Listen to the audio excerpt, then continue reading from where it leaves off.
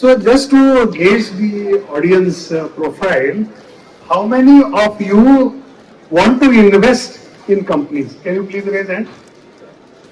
Oh, fantastic. How many of you would seek investment from investors? Wow, that's good. So you are at the right place. We have two gentlemen here. One of them, Nirav, has a 100 million fund that invests in good companies. Now, and Satish is one guy who has raised money from private equity. High net worth individuals, basically. So, and you will wonder, we have an investor and you also have an investee. Now, many of you would like to know how to go about raising funds. So, Nirav can help you with it. So, he wears two hats, and I think that's a wonderful thing. You will definitely go home today with a lot of concrete insights and maybe a business possibility as well. So, I met Nirav very recently in July. We met in Dubai and the forum was the lab-grown diamond conclave. Well, I had heard about Nirav because he's a very well-known figure. We had never met face to face. And what caught my attention was he was a participant in one of the sessions. What do you see in the sessions? In any panel discussion, we find mostly the same people giving their PR pitches with cultivated accents and using jargon. Nirav is a breath of fresh air. He has a conceptual framework in the way he articulates. So on the ground floor, while I was loitering and browsing, I noticed a shop, not a shop really, it is a kiosk, which said Solitario and lab-grown diamond jewelry. I said, wow. So I went and entered the store and I asked, they thought I'm a customer. I said, I'm not a customer, I'm an industry analyst, I'm a journalist. So, okay, then you meet our partner. There I met Satish. And Satish usually is overdressed today, otherwise he wears shorts. Even when he's in the shop, he wears shorts. And we started talking. And after February, I again went there because I wanted to know more about him and his company. So he invited me to his factory. He has set up a factory, diamond cutting and polishing factory in Pune. I am sure not many of you know, because when you're talking about cutting, polishing of diamonds, it is either Mumbai or in Surat. I was pleasantly surprised. धंधा करने के लिए पैसे लगते हैं भी. So how to raise money? Satish has done it. And normally what you find that when you approach a Bollywood celebrity, he will charge money for endorsement. इसने तो विवेक ओबेरॉय से पैसे लिए. So Vivek is invested in his company. Not only that, he is spreading his wing all over the globe. And just to tell you, I will not disclose the name, but as of last week, he got another private equity funding from a diamond player based out of Surat. Before 5-10 years in India, at least, private equity investment, startups was not really a concept which had taken a lot of flight. But in the last 10 years, if you see every day in the newspaper, if you read, a lot of things constantly come up. So that is something which we'll go through. Then specifically coming to private equity in the jewelry industry or the gems and jewelry industry, what is the possibility, what are the possibilities as well as what is happening already. So probably that will be some food for thought for some of the people here. So very simply put, what is private equity? So it is privately invested into equity is private equity. Like anything which is, any company which is listed on a stock exchange is publicly listed company, so public equity. And this is private equity, so it is unlisted companies when investment is made. It is basically private equity. It could be hedge funds, it could be high net worth individual, it could be insurance companies, banks, it could be AIF funds. So in India, the PE investments are categorized or largely they fall under the AIF category, alternate investment funds, which are regulated by SEBI there are three kinds of funds: Cat 1, Cat 2, Cat 3. So category 1 is mainly startup seed funding, angel funding. Category 2 is a larger universe of companies, and category 3 could include real estate and a lot of other alternate investments, not just private equity. So again, this is a concept which is really taking off. There are thousands of new AIFs that are getting registered every day in India, and a lot of funds is being mobilized both from within India as well as from abroad, and the investments are happening. So again, in this larger space, this is a very wide space. There could be numerous entities who are placed at different on different spectrums. So one is the angel funding, where it is very early stage, or seed funding. इसमें बहुत छोटी amount से भी invest किया है, वो idea stage से होता है और उसको धीरे धीरे फिर ग्रो करके नेक्स्ट स्टेज पे ले जाया जाता है. And at certain stages, so there are funds who invest only in companies which have a certain, which fulfill a certain threshold, whether it is revenues, whether it is whatever, there could be various characteristics, including कितने customers हैं, कितने consumers हैं, उसके ऊपर से funds आते हैं. But there are, so for each level of the company, there could be different funds who specialize in funding only companies within that particular bracket. There are very few companies who would operate across segments. There are also private equity funds who do strategic deals, either strategic buyouts. So some PE funds specialize into that. They take a significant minority or even a majority stake in a company, not necessarily a small startup. It is more mature businesses or later stage investments. They also take management control, and then they try to turn around the business or grow that if they believe that is that has a lot of growth potential. And there could be funds which are just opportunistic. They would come and go. They just try to get the best out of the deals that they are getting. So again, jargon wise देखे, pre seed funding बोलते हैं, ideation stage पे होता है, फिर seed funding है, then angel and various rounds, उसके अंदर pre series से लेके A, B, C series funding होता है, उसके बाद finally IPO कंपनी करती है. So एकदम सिंपल देखे तो एक स्टेयरकेस जैसा है, क्योंकि स्ट्रेट अवे एक फंडिंग लिया और कंपनी उसके ऊपर से बहुत बड़ा स्केल अप कर पाए और सीधा आईपीओ कर पाए, ऐसा नॉर्मली नहीं होता है. तो थोड़े थोड़े क्वांटम में फंड्स की जरूरत पड़ती है. Every year there is a need for funds to further scale up the business, and there are different funds who keep on doing that. And once it reaches a certain scale and size, then the company would go public. Mainly the business model, the promoter profile, what is the problem in the market that the company is trying to solve, what is the market potential in that case, the projections for the next at least 5 years, the track record of the promoters, who are the competitors, what are they doing, how are you different than the competitors. So these are the typical questions that any investor will like to know before the fund invests into a company. Not necessarily a startup, even a mature business. These are the typical questions that will be asked by the investors, and therefore it is always important for the investee companies to compile the deck and have all the answers ready from day one. Even the risk factors, even what is the deal that is being proposed. So we'll come to the various forms of finance, raising finance, and it could be a very structured deal as well. So these are the different funding methods, sort of equity, debt, and then something in between, which is the hybrid. In equity, it could be direct sell of equity, or it could be compulsorily convertible preference shares. So this is a quasi-equity kind of instrument. Especially this is used when the valuation as of now is not something which can be easily determined. So then it is conditional upon certain things happening, certain benchmarks or thresholds being achieved on the performance, and then it is converted, the preference shares get converted into equity shares. So that is also a kind of equity or quasi-equity instrument. On the debt, it could be venture debt, which is very different from the typical debt from the banks or financial institutions.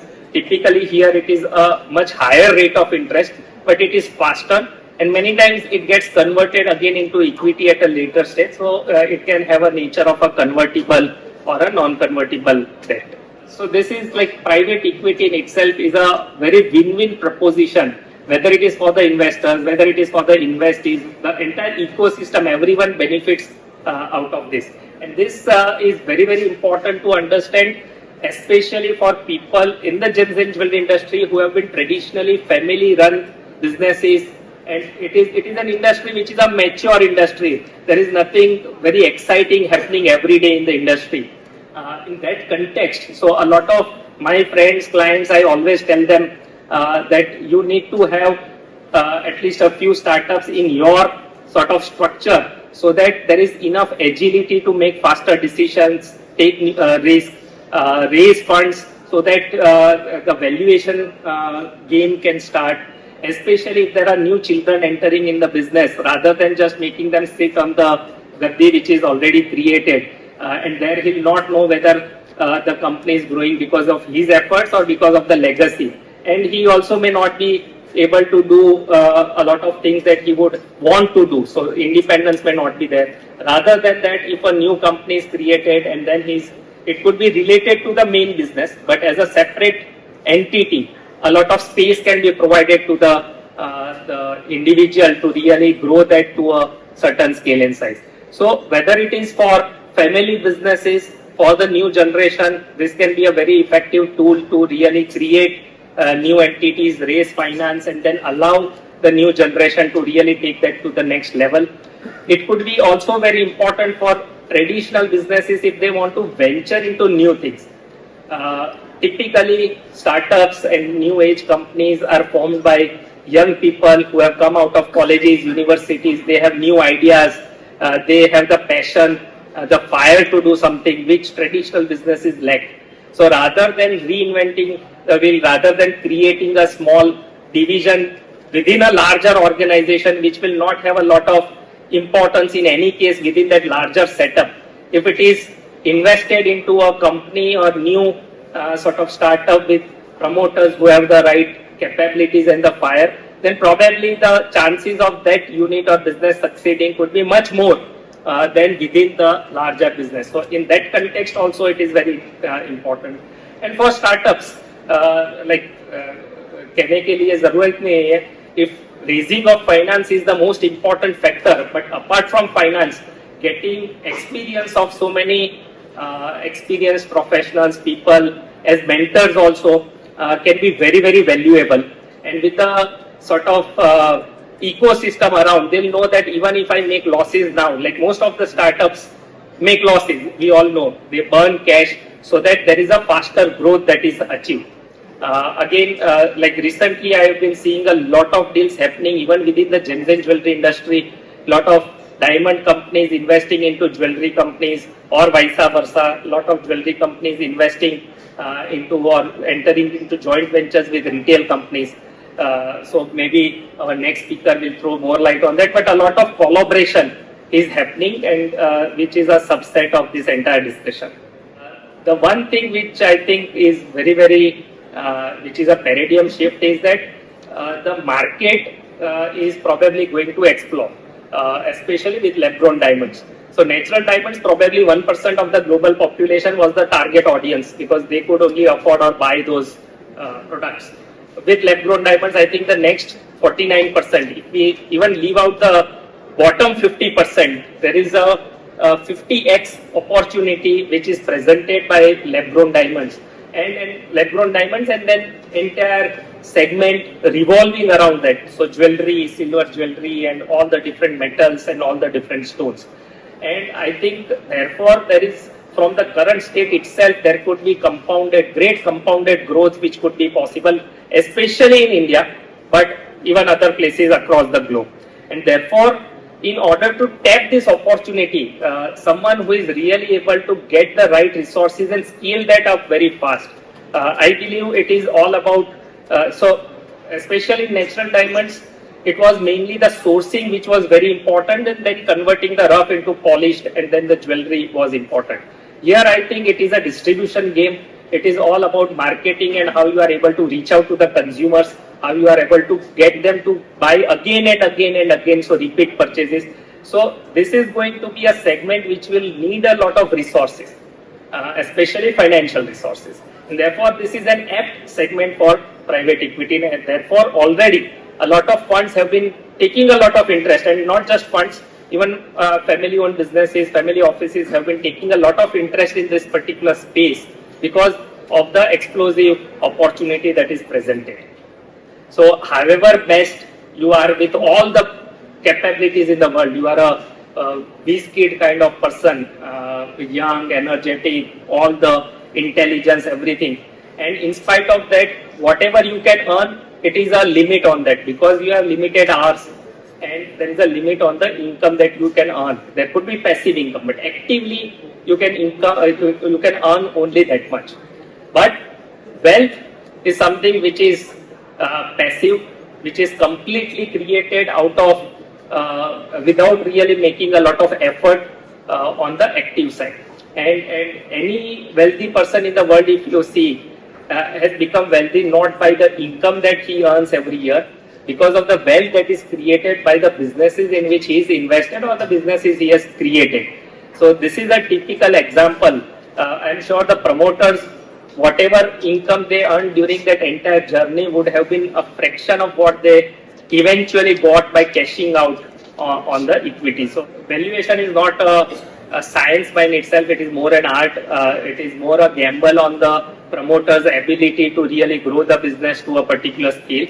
But there are also methods, means and methods through which mathematically one can derive the value. So one of that is called the DCF, discounted cash flow based approach, where the future cash flows of the next 5-10 years are discounted to the current date by using a discounting factor, and then you get the present value of the business. So what is very important in this entire method is to have a 5 or 10 year projection of the future profit and then the cash flows, so that then you can arrive at the present value. So that is one approach. Second is basically a multiples based approach. So EBITDA multiple or profit multiple or sales multiple. Again, depending on the nature of the industry, the valuation method that could be used could be different.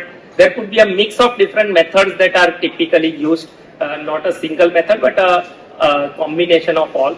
And if it is a mature business, not a startup, not a early stage business, then it is an asset based approach also. What is the total amount of investments into plant and machinery and fixed assets, and a multiple of those assets could be a figure which can give the value. Again, the evaluation, how the investor typically evaluates a company, there could be a 10-point process. On each I have a slide, but again I am not going to go through that. But just on the 10 points, the business model is important, the revenue model, market opportunity, how are you solving the problem in the market and how it is different from others, promoters and the team, financials and go-to-market strategy, competition, current traction, deal terms, risk factors and proprietary. So I think there is a methodological process that most of the funds would use, and I think again, depending on the quantum of investment, it could be more detailed or lesser. Welcome everyone. So I've been both sides, financer, right, and also I've received financing. So when you wear the shoes on both sides, it's easy. So if you really want to achieve anything, you look from the other person's point of view. So I'm a landlord, I own properties and also a tenant. So I see myself always from both sides. I'm a borrower and a lender. Now how do you convince somebody to put money, the hard-earned money with you? I have one of my franchisees sitting here who's come to, they're opening a store in Dubai and they're going to run it for us and they're the franchisee.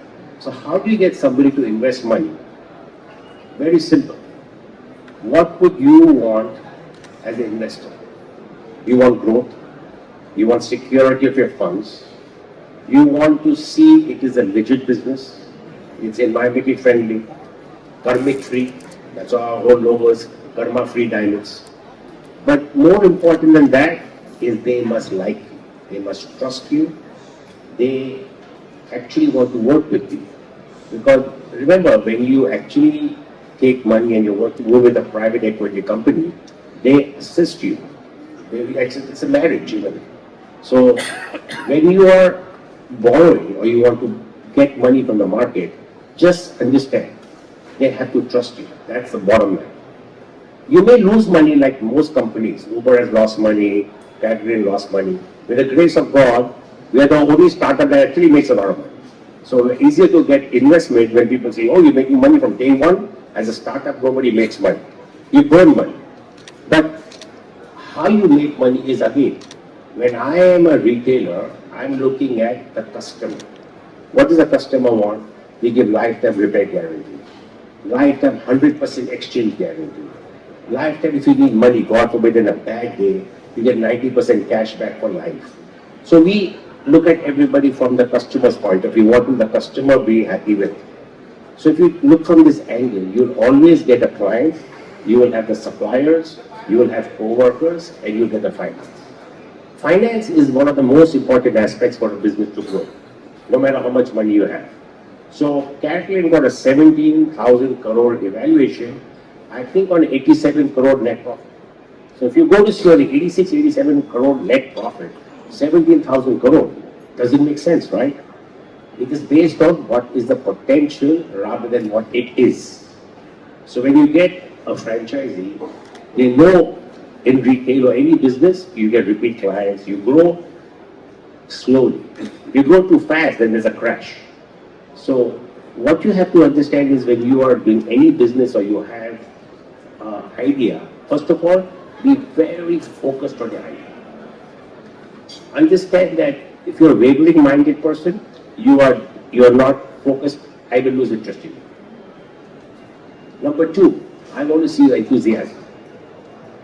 I want to see a realistic growth chart, not exaggerated, which is unreasonable.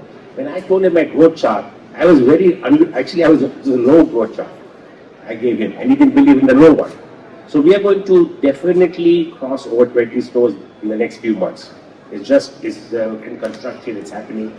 And I'm actually going to be moving to Spain by end of September because we just closed a deal with 32 stores in Spain. So I have to focus developing 32 stores one shot. Okay, so when you grow, you have to understand that people will come to you, money comes to you. It's like a shadow. The more you run after the shadow, you'll never catch a shadow. The shadow runs away from you. Turn around and walk away. The shadow follows you. Lakshmi, prosperity, name, fame, power, possession, everything comes to you when you don't want it. Very pointed question I'll ask. How did you convince Vivek Oberoi to invest money in your company and the diamanter whose name we are not disclosing? Because they are hard-nosed businessmen. See, Vivek Oberoi is a person who has invested in 100 companies. So how did you go about raising money from such a guy? He came to me. Oh, wow. Simple. He gave an award to my partner Ricky because you're the first diamond factory in Pune. So he came as to give the award basically, that's all. To give an award for something nobody had attained was to have a diamond factory in Pune, right? It's new, unique. And then the relationship grew, he saw the product, he understood. He has a good vision to see that lab grown is the future. See, I'm in the natural business my whole life. These are people who are still doing natural business, but they see also future lab grown. So he saw the future lab grown, he liked our designing, the way we think, the Western ideas we have. See, I've always exported, we bought from India, moved manufactured in India, and exported to US. Nobody's seen my designs. The sad thing is India never saw what India makes. When India got to see what India makes, they were astonished. Wow, I said this has been since 40 years. You never knew it existed because you never see it. It just comes made in India, gets out of India. So when I saw Indians appreciating what India makes, with the designing that we have, when I came and I saw, no offense, you get recorded, I saw Malabar, Tanish, everybody. I told they're still selling Fiat and Ambassador in jewelry business. They don't even know what Tesla is. We are in another stratosphere. The designing we do, nobody has it. And how particular I'm in the porosity of the gold, the finishing, no snagging. I can't explain the details I go into. They don't approve, they don't care. They just make it and sell it. And that's what the second deal that second deal now. So we are actually a grower that cut diamonds, set the diamonds, and sold jewelry. What was missing? The growing part, the rough, the source. So the rough person who I had to buy from was my customer. I mean, who was my supplier. decided to join. It is a very, very big investment. So he will have a stake in the company of 15% for that massive investment. But now we can officially say, from grower to end user, there's nobody in between. So we grow, we cut, we polish, we design, we set and sell. Now coming to the financial part, which is the most important, which everybody wants, is how to raise money. Yeah, your question. Okay, is how to raise money. How do you convince somebody like an actor to put money, or somebody who's in the rough to put money with you? Simple. What is your strategic plan? What are you trying to achieve? What is your goal? Which countries and where you want to do? So you first focus on what you want to achieve from the company. Most people actually don't even know what they want out of life. How they want to know what they want out of a business? Get your life in order first. What do you want to do? What is your 5-year goal, 1-year goal, 10-year goal, or a 20-year goal? Once you are focused in your own life, then that same focus goes into your business, that same focus helps you to grow, and the same focus draws investors. Nirav, sustainability is an issue which is come to the fore, and today's youngsters have bought that concept wholeheartedly. Whether it is lab grown or gold or natural diamonds, sustainability, not just sustainability but ESG norms, I think they are going to become compulsory when one is going about whether it's an IPO or raise funds. So from your presentation, that was the space that you have not covered. Please briefly cover for. Yeah, sure. So first of all, let me what exactly is sustainability? Let me define it, because a lot of people in recent days, because of climate change, that has become a very, very important subject for consumers, especially in the developed countries. It is still catching up in India. We are not so conscious as consumers, as a society, as in the West. But sustainability, the word comes from United Nations has Sustainable Development Goals. There are 17 goals, which includes eradication of poverty, hunger, and there are a whole host of issues in which most of the developing countries, especially India, all those 17 are very important. So climate action is one of them, fighting against what is happening with the environment. But there are a whole host of other issues. Now, any business, if it has to succeed in today's world, and with whatever is happening around, so the wars and famines and natural calamities and whatever happens around us impacts us in some way or the other. And if we are not conscious, if we are vulnerable to that, but if we don't build that into the strategy ourselves, we don't follow or have strategies in place to reduce the impact that we could have on the world, the negative impact, then investors, consumers are not going to like that business much. This consciousness has already, it is coming from the funds which are investing from overseas, but gradually even local funds and consumers, even in India, will be more and more conscious. So especially if you are selling already to markets in the West, then this is of prime importance even today. But even if not, even if India is your market, going forward you need to really build this into your game plan, in your strategy, whether it is the use of water, whether it is the pollution coming out of your factories, the male-female ratio in the workforce, how do you treat them, the equality, a whole host of issues are covered in the larger concept of ESG. So environment, social and governance. Social is everything to do with the society and the people working with you. Environment is environment, and governance. Governance is about integrity, ethics, doing the right things, paying the right taxes. Everything comes within governance. So I think that is becoming more and more and more important. We have two types of people. We have the right brain thinkers, we have left brain thinkers, number crunchers and storytellers. So when you are talking about right brain, the right brain is all about creativity, foresight and storytelling. We are talking about logic. left brain. So what happens is both a person who is right brain person finds it little difficult to believe in stories and vice versa. But these two can merge, and that is what is required in the field of investment. So as Nirav said, that it depends on what stage, because what happens, the stories are so hazy that you go into the fantasy land sometimes. And when you're talking only about numbers, number crunching, see in the earlier times, there used to be a dearth of data.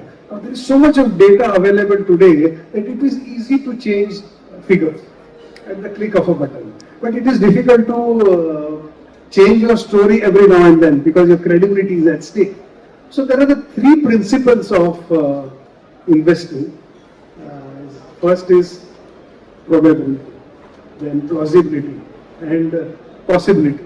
So when you're talking about possibility, you know about the market size, what kind of market size you are looking at, how much share you are looking at, whether your business idea is it probable or is it too in the fantasy land, and whether you have bandwidth to do it. So all these three P's are important. So basically, a combination of right brain and left brain are required. And if I were you, if I meet a potential investor in my company, rather than giving him, let's say, a copy of my balance sheet, I would try to engage him in a story, because stories are remembered and facts are forgotten. See, investors get so many of spreadsheets. So in the initial stages of conversation, you have to focus on the stories, because and the stories have to be backed by numbers. Today what has happened is everybody talks about business plans. Business plan, 10 साल का scenario, 15 साल का scenario, आधे घंटे में बन जाएगा. But whether you have a story, and that is what is the problem that should be addressed. If you are talking about lab-grown diamond, where is the story? Everybody is talking about environmental friendly, sasta hai. Look at the natural diamond. The story which DBL sold numbers of years ago, it's still, now people are saying, no, it was not a true story, they manipulated, that's a fact.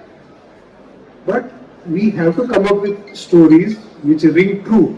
Now, I will not take much of your time, but look at these two diamonds, Kohinoor diamond and Hope diamond. There are better diamonds like the Kalingam, and there are so many other diamonds which are technically, which is better specification. But why is Kohinoor and Hope diamond top of the mind recall? It's because of the story. So Nirav, can you share that Jaipur watch story? Yeah, so we recently, around 3-4 months back, we invested in Jaipur watch, and I was on a visit to Jaipur where we visited their store, met and saw the passion as well as.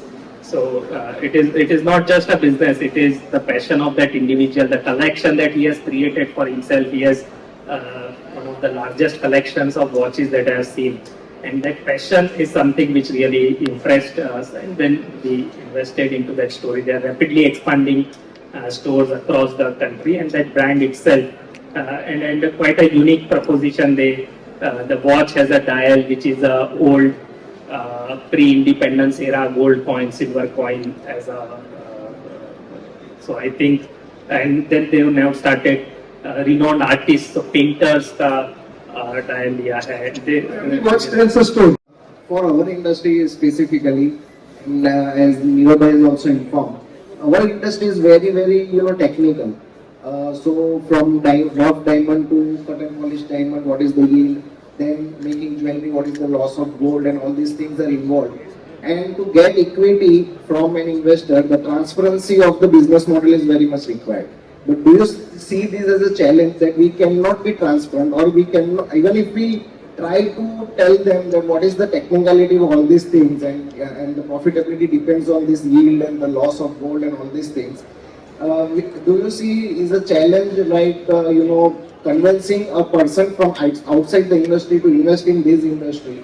And that's why we are seeing this trend that all the existing trade members are only investing in the new startups of jewelry. So how can we get these non-jewelry background investors into our industry? Then only we will have a new perspective. Can I take that? and you can add to. As I always said, the problem with our industry, brands. What is a brand? It's a name with a story. You don't have to go into the technicalities. ये yield कितना है, buyback कितना है. You have to need to get away from all that. But we are so deeply embedded in that thing that it is difficult to get away. And unfortunately, the lab-grown diamonds have also got into the same rut. Why? Because the people who are in the natural diamond business have also ventured into this. The answer to my mind is stories and branding. You go to any other product category, watches, breakup है क्या? बेचने जाओगे आएगा कुछ? नहीं है. So basically, it's easier said than done. You're very right. But if you want to attract new investment, वो technical approach ठीक है. But first you have to tell the story and then get into the nitty. Nirav, what's your take on this? Yes, I think when I mentioned about ESG, the G, governance, is very important, and I think therefore, private equity funding startups, it is more apt for new generation, new people, because for traditional people like in India, we have been always conditioned to कि भाई shortcut नहीं लेंगे तो आगे नहीं जाएंगे, signal नहीं तोड़ेंगे तो यहीं खड़े रह जाएंगे.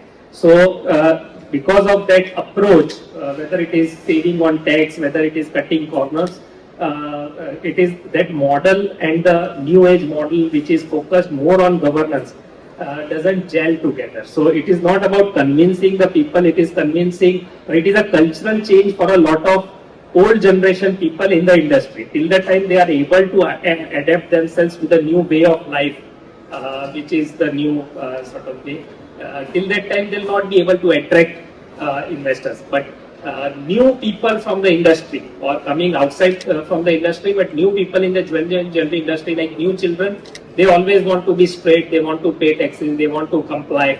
So they are more apt for this new model. So I would say it is not about transparency, it is not about convincing. Like if I am investing in auto industry, I don't understand the mechanics of the auto industry. No investor understands the micro details of any industry. They just understand that this person has integrity, his governance systems are good, and then he'll invest.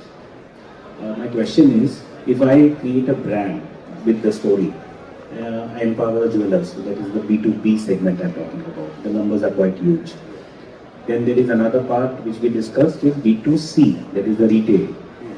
Which is the most preferred if I want to take funds or I want to raise funds? So SP, both of them sitting there, the question is to them. What would you prefer and which gets me the better valuation, I can say? Okay, always start with B2C. I'll explain to you why. B2B is business, like your professional, right? To raise money B2B, it's your margins are lower. Or as an investor, I'm talking, okay? Your margins are lower, it's competitive. Tomorrow somebody else can come and outbid you and do a better deal, a better project. To be a brand, take Roberto Coin. I'll give you another example is David Yurman. These are big brands in our US market, right? What's David Yurman? David Yurman is nothing but stainless steel. Jewelry. Correct? But nobody says it's stainless steel. You are buying a David Yurman piece. But they actually started with the shops in New York. Beautiful locations. We went and saw, people are paying the price, the margins are ridiculous. Then they did B2B out, giving you the brand where you do shop and shop. So I just don't want to give you, with God's grace, we are going to close something very, very big in India, which will be actually a shop and shop, a massive deal.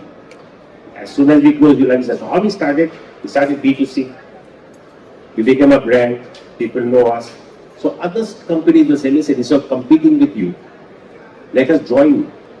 And you do B2B in shop to shop, in a shop. Same thing is happening in Europe. We're starting with our own shops, and we are slowly getting into B2B. How? Shop and shop. But once they see your product, your designs, your brand being appreciated by the end user, only then the confidence grows in the B2B. So always start reverse. First, the consumer should be happy with you, then the businessman comes to you. And it's easier to actually borrow money in a B2C first because your margins are higher. In a B2B, your margins are much lower because you have to let the businessman make money from your project. So actually wholesale has much smaller margins, retailers much higher margin. So as the investor, when they see in the beginning a good ROI, return of investment, it's easier to borrow. As you develop and grow, your margin can reduce, but the investor is already with you. Yeah, so I think any financial investor investing in a company is looking for his own profits. How much profits he would probably make out of the investment. Therefore, the margins are very important and what CAGR growth you are able to get. Again, because it is all future projections, for them to believe that you'll be able to achieve 50 or 100% CAGR growth is easier when the base is larger. The market opportunity is larger. So when it is direct to consumer or B2B2C, because the consumer base is larger and the potential for margins to be higher, it is more appealing.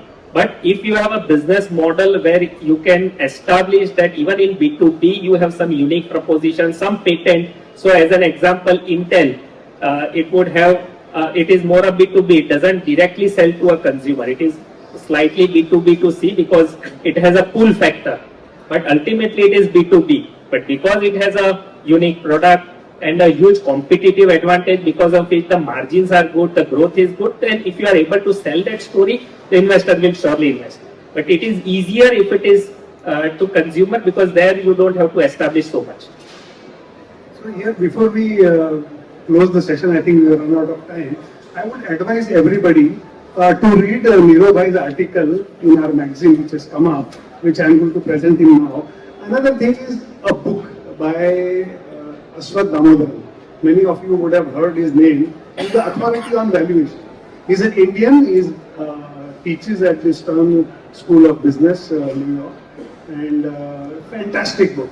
And he was a number cruncher, and how he became a storyteller as well. It's a fascinating book. You must read. And the Nirav Bhai's article, just in your presence, I will present in the copy of our magazine, and you are also free to subscribe to it, and it is available free of charge for everyone. The digital copy is available free of charge.